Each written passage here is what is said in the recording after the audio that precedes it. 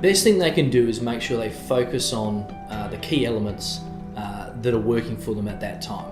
So if they've got a key product or service that is going very well, that's the thing to latch onto.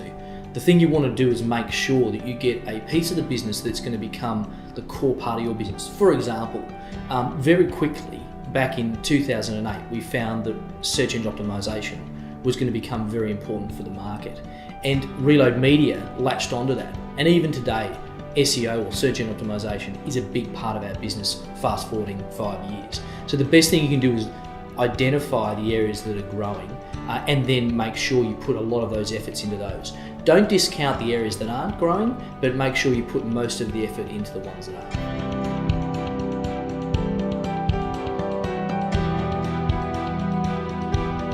To me, it's in the first stages of growing a business, from when you go from a startup out to the big world of growing your own business and taking it to the next level.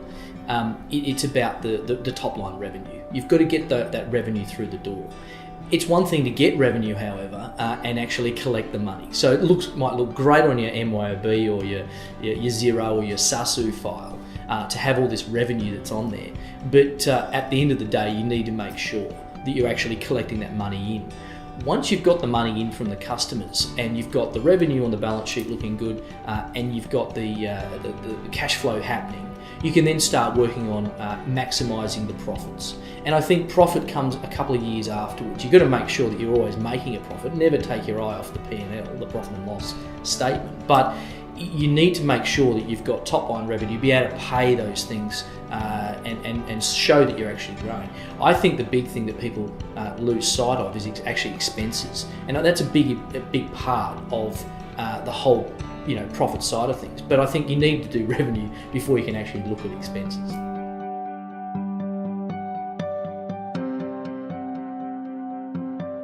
I would be adding staff when you're actually 150% maxed out.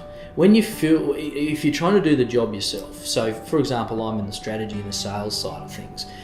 If I feel that we've got a huge amount of proposals to do and a lot of meetings to do, and we've done a huge amount of work for that week or quarter or even year, we start to look at whether there's someone there either on a casual or a part-time or a full-time basis that could come in and help out within that role.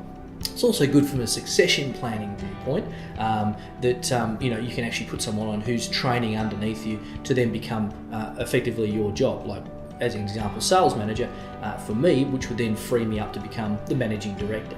And that's what we did about 3 or 4 years ago within the business. So to me, it's the sweet spot, but never put someone on until you're literally working at 150%. So, you're working well into the night, and then you're actually overcooked, then it's time to actually put someone on. I would never put someone on before that time.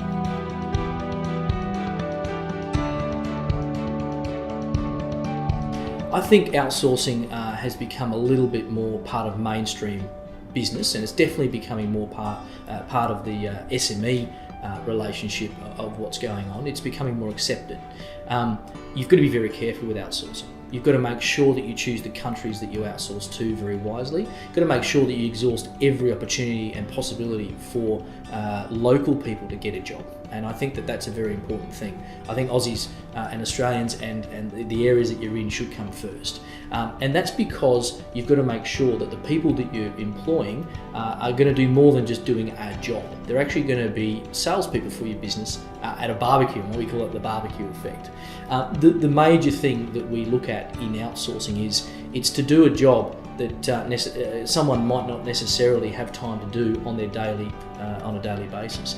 But it's a good thing, but do lots of research. Don't just use the websites that sort of hook you up with people that you don't know. It's actually better to try and meet someone who's done it before, who's over in a country. And the other thing is to make sure the country that you're going into is better suited to your particular business.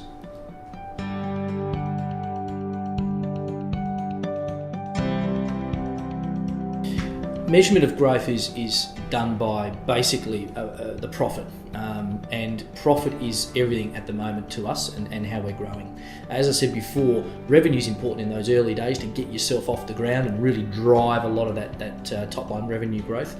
And unfortunately, I think a lot of awards actually just want to see how much money you're making, how much top line revenue, but there's not many awards around that look at how much profit you're making. And profit is everything, because if you have profit, then you can actually invest that back in the business. So you're going to need quite a bit of capital and reinvestment from that profit to get the business to another level. So to me, it would be all about profit in that situation.